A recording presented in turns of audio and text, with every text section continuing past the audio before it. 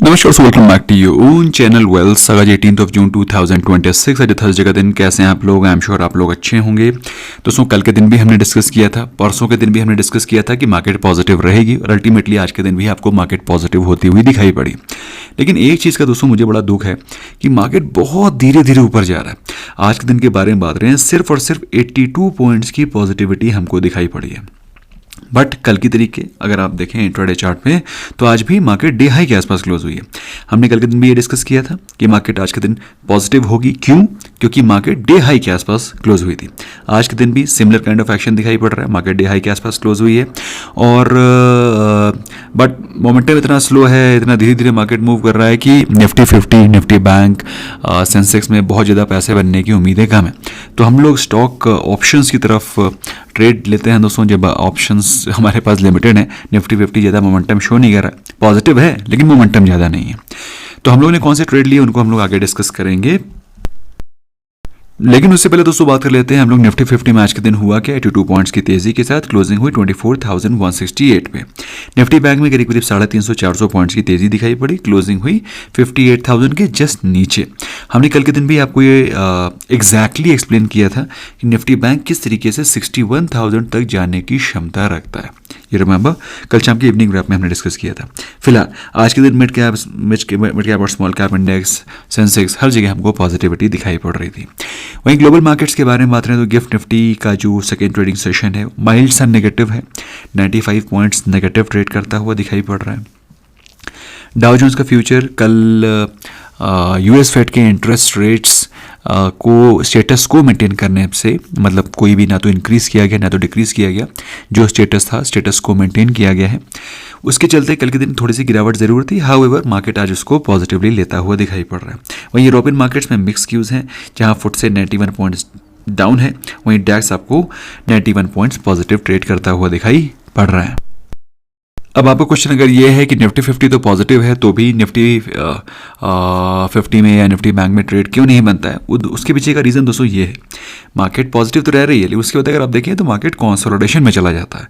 So trade करने की जो स्केल है, जो स्कोप है, वो बहुत लिमिटेड है, इसीलिए स्टॉक ऑप्शन की तरफ बढ़ना पड़ता है। ठीक है, तो this is what you have to remember, market has to be not only directional but एक साइजेबल मूव भी तो होना चाहिए, उसी को तो कैप्चर कर पाएंगे। बिल्कुल बॉटम से बिल्कुल टॉप तक का मूव कैप्चर कर पाना पॉसिबल नहीं है। दोस्तों, आज के टॉप गेनर्स के बारे में बात रहे हैं। Stock like max health was 6% up. Indigo में आपको तेजी दिखाई पड़ रही थी 2.5-3%, ये भी ऊपर था। ट्रेंड में आज भी पॉजिटिविटी बरकरार है। BEL, अडानी एंटरप्राइजेस और द अदर टॉप गेनर्स। इन सभी स्टॉक्स में दोस्तों ट्रेंड, अडानी एंटरप्राइजेस, इनको मैं ऑलरेडी आपके साथ स्टडी करके इसको कवर कर चुका हूँ। Why you should be positive on trend, why should be positive on Adani enterprises.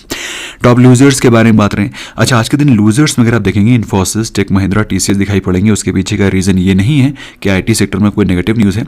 आज के दिन एक्सेंचर के रिजल्ट्स आने वाले, और एक्सेंचर इंडिया की नहीं बल्कि दुनिया की one of the largest IT companies में से एक है।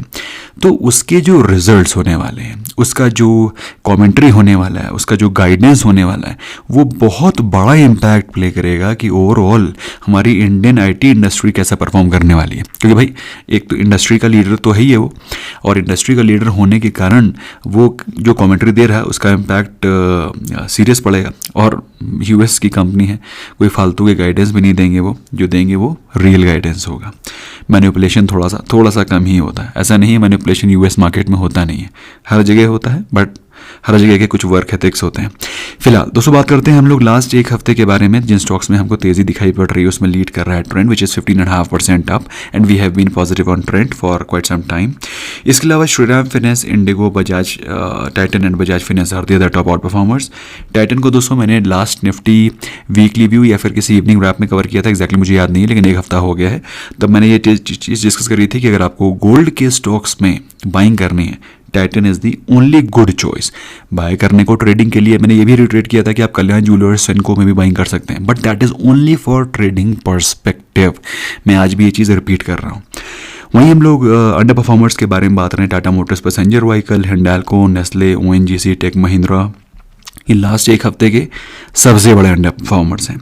वहीं हम लोग बात करें पिछले दिन के कंपैरिजन में, हमें जहां पर ज़्यादा एक्यूमुलेशन दिखाई पड़ रहा है, तो लगातार अगर आप देखें तो Kotak Mahindra bank, banking stocks like ICICI bank इसमें फिगर आउट कर रहे हैं। आज के दिन इसमें HDFC बैंक दिखाई पड़ा है। हालांकि HDFC बैंक में हम लोग ने करीब 3 या 4 दिन पहले अपनी पोजीशन क्रिएट करी है और मेंबर्स आर अवेयर। इनफैक्ट हमने आपके साथ भी इसके चार्ट को उसी दिन सेम डे डिस्कस किया था। इसके अलावा UltraTech cement, Bharti Airtel, Adani ports, ये वो स्टॉक हैं जहां पिछले दिन के कंपैरिजन में हमें higher delivery percentage, higher accumulation दिखाई पड़ रहा है। अच्छा, यहाँ पर दोस्तों कुछ चीज़ें समझना बहुत ज़रूरी है। इंटरेस्टिंगली आज के दिन हमको बाटा इंडिया में 16.5% की तेज़ी दिखाई पड़ी। अब I do not know Bata India में 16.5% की तेज़ी क्यों है। अगर आपको कोई इन्फॉर्मेशन हो मुझे कमेंट सेक्शन में बताइएगा, I will also be educated. फिलहाल KPR mill, Welspun universal, Redington, NIACL were the other top gainers. जितने भी ये जो इंश्योरेंस कंपनीज़ हैं या फिर जितने भी बड़े म्यूचुअल फंड्स हैं, उनके पास NSE के शेयर्स अच्छी खासी तादाद में अवेलेबल हैं। तो NSE की अगर लिस्टिंग होती है तो ये सारी की सारी कंपनीज़ को बेनिफिट मिलेगा, इंक्लूडिंग IFCI। लूजर्स के बारे में बात रहे, IFCI 8.5% डाउन है, नॉट बिकॉज किसको NSE का बेनिफिट नहीं मिलेगा, इट इज़ जस्ट बिकॉज अच्छा खासा अपसाइड ये स्टॉक ऑलरेडी दिखा चुका है। IDBI कल ऊपर था, आज 6.5% डाउन था। हमने आपको 2-3 स्टॉक्स कल के दिन डिस्कस किए थे, जिसमें कि central bank of India, Indian overseas bank, PSU stocks जो कि मिड कैप और स्मॉल कैप सेगमेंट में आते हैं, उनमें मैंने डिस्कशन किया था, वो आज अच्छा परफॉर्म कर रहे थे। Elecon Engineering, Chennai Petroleum, GSL were the other top losers. वहीं लास्ट एक हफ्ते के बारे में बात रहे, जिन स्टॉक्स में हमको तेज़ी दिखाई पड़ रही है उसमें है एजिस लॉजिस्टिक्स, एजिस वोपाक, पगैल में हम लोगों ने कल के दिन ऑप्शन बाइंग करी थी, स्टॉक ऑप्शन बाइंग करी थी।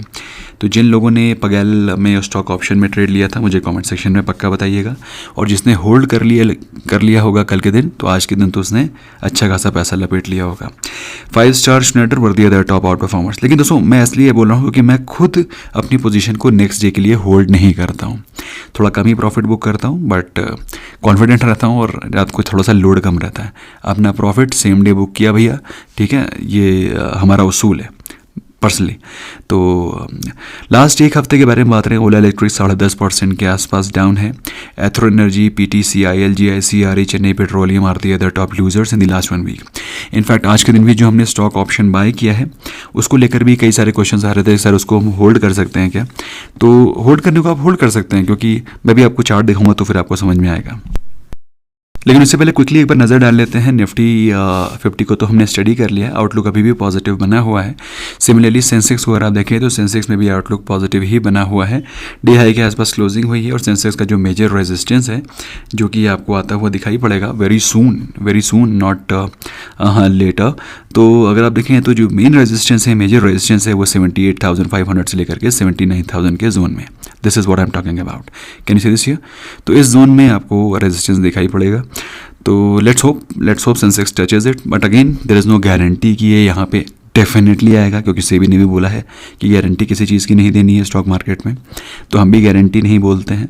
पहले जो थोड़ा मोड़ा बोलते भी थे उसको बिल्कुल ही बोलना बंद कर दिया है। जो लाइकलीहुड है, जो पॉसिबिलिटी है, जो रीज़न है, वो हम आपको समझाने की कोशिश करते हैं। वहीं निफ्टी बैंक के बारे में बात करते हैं। निफ्टी बैंक, तो निफ्टी बैंक को अगर आप देखो तो निफ्टी बैंक में माहौल थोड़ा सा पॉजिटिव है, माइल्ड सा पॉजिटिव है। और इसमें हम लोगों ने 61,000 के टारगेट्स इसलिए बोले थे क्योंकि अगर आप देखें तो ये राउंडिंग बॉटम पैटर्न का ब्रेकआउट हो गया है, और यहाँ से अगर आप देखें तो सीधे 4,000 पॉइंट की अपसाइड, दैट इज 61,000 तक के लेवल्स एक्सपेक्ट करने चाहिए। अच्छा, यहाँ पर मैंने एक और भी चीज़ हाईलाइट करी थी कि मैंने उसी दिन मैंने डिस्कस किया था कि HDFC बैंक के चार्ट को अगर आप देखें तो HDFC बैंक को लेकर के मैं पॉजिटिव हूँ। उस समय HDFC बैंक ट्रेड कर रहा था 780 के आसपास, और आज HDFC बैंक ने 800 के लेवल्स को टच कर लिया है ना। तो HDFC बैंक अगर पॉजिटिव होता है, HDFC बैंक के लिए जो मैंने टारगेट्स अपने मेंबर्स को बताए हैं वो हैं 840 के, तो 840 अगर HDFC बैंक शो कर देता है तो निफ्टी बैंक अच्छा खासा कम से कम 10% की अपसाइड यहाँ से देने के लिए बिल्कुल तैयार है ना। क्योंकि अगर HDFC बैंक सरीखे स्टॉक अगर 10% अपसाइड दिखा देंगे तो सिर्फ HDFC बैंक की थोड़ी नहीं भागेगा, बाकी सारे तो और भी तो बैंक्स हैं ना। सो आउटलुक मेरा HDFC बैंक को लेकर के पॉजिटिव है, क्योंकि मेरे हिसाब से ये W पैटर्न फॉर्म कर चुका है। My outlook is positive. What is your view? You can let me know in the comments.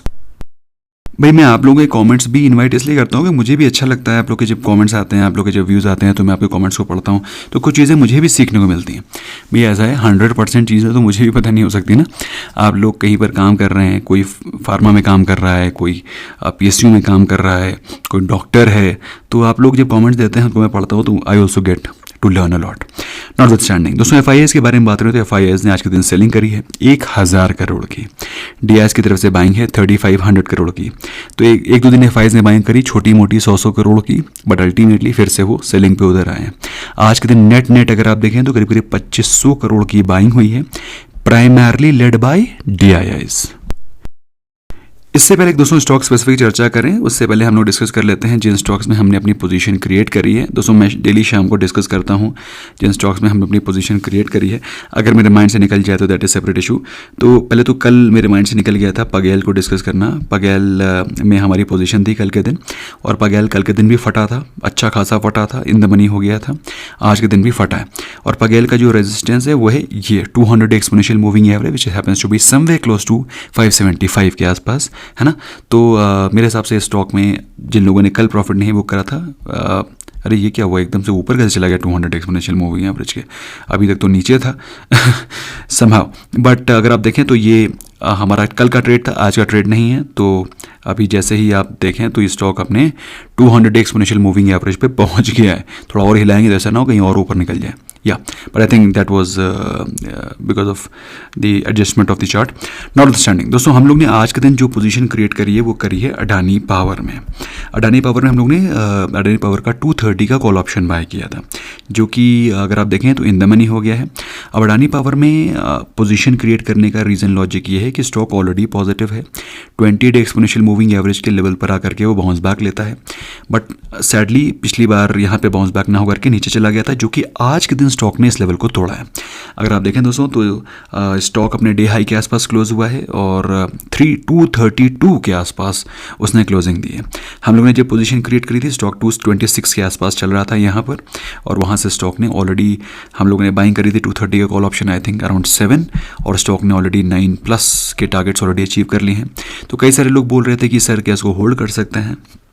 बिल्कुल होल्ड कर सकते हैं, क्योंकि ओवरऑल चार्ट को अगर आप देखें तो कहीं पर कोई नेगेटिव साइन तो है नहीं, but as a matter of principle I always book my profits the very same day.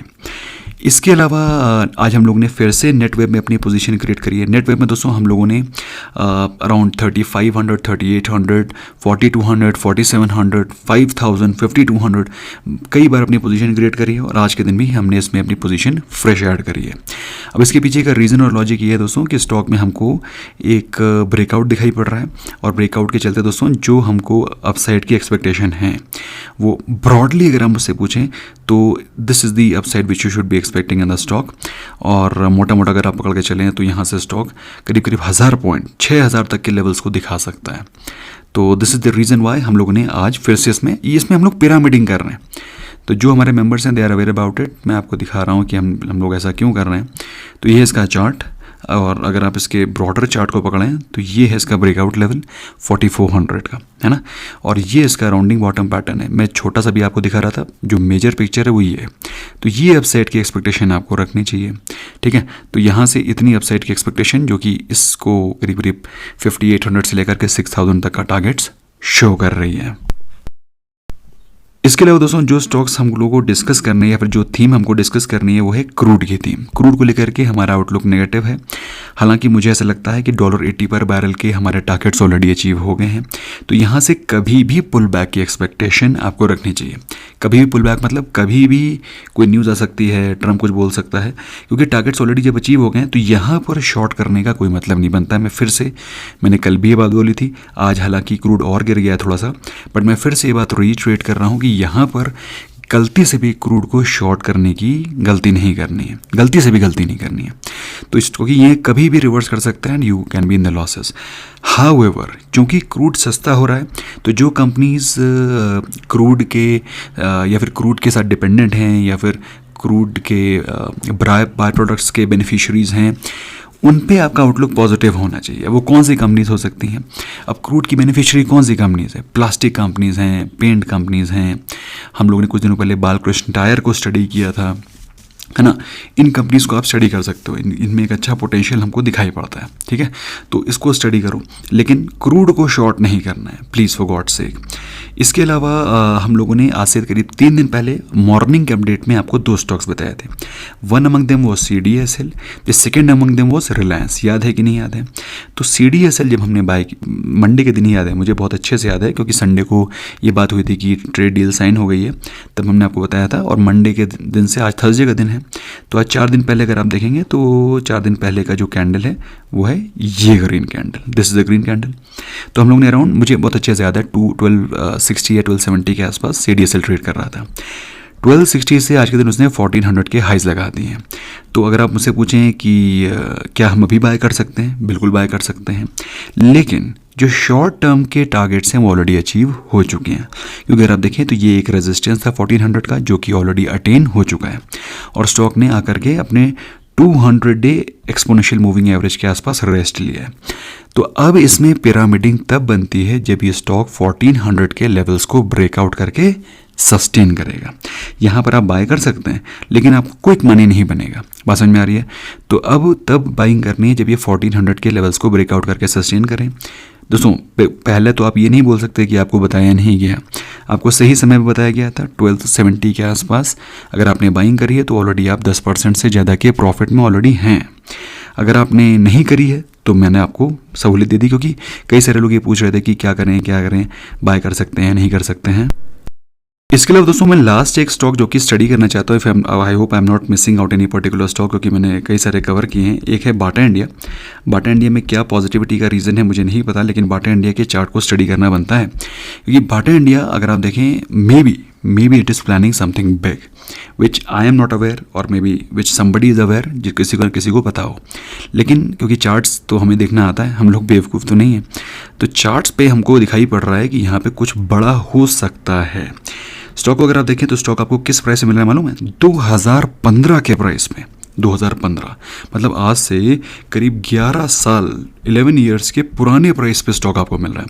और इसमें मेरा व्यू बहुत नेगेटिव रहा है, क्योंकि मैं हमेशा बोलता रहा हूँ कि बाटा इंडिया के शूज़ खरीदने की ज़रूरत क्या है जब आपको ट्रेंड में वही जूते मिल रहे हैं सस्ते प्राइस पे, चाइना से बन के आ रहे हैं।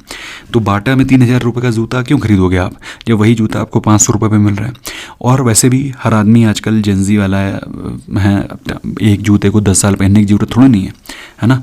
वो क्या होती ना कि लोहा खरीदो टाटा का और जूता खरीदो बाटा का, तो आजकल उस वाले प्रिंसिपल पे काम नहीं करता। आदमी को क्विक चेंज चाहिए फैशन का। फिलहाल स्टॉक के बारे में बात करें तो स्टॉक अपने हाइस ऑलमोस्ट 2200 के हाइस से एक भयंकर करेक्शन शो करके 600 के लोस को लगा करके आज के दिन पॉजिटिव हुआ है। बहुत पॉजिटिव चार्ट दिखाई पड़ रहा है, बहुत एग्रेसिव चार्ट दिखाई पड़ रहा है। अगर आप 15 मिनट्स के चार्ट पर देखें तो स्टॉक डे हाई के आसपास क्लोज हुआ है, और ऐसा लग रहा है कि स्टॉक में मोमेंटम आगे भी कंटिन्यू रहेगा। इस स्टॉक को सीरियसली लो, मेरे हिसाब से there is something which is big which is coming. अगर आपको कुछ पता है तो do let me know in the comments. That is all from my side friends. अगर आप हमारे साथ ट्रेड करना चाहते हैं, जुड़ना चाहते हैं, व्हाट्सएप पे कॉन्टैक्ट कर सकते हैं 9707531979, या फिर free of cost demat account open कर सकते हैं, लिंक डिस्क्रिप्शन में है। लेकिन डीमैट अकाउंट ओपन करने के लिए बिल्कुल आपका ट्रेड अकाउंट एक्टिव होना चाहिए, डॉर्मेंट नहीं होना चाहिए। Please make sure. Bye bye for now.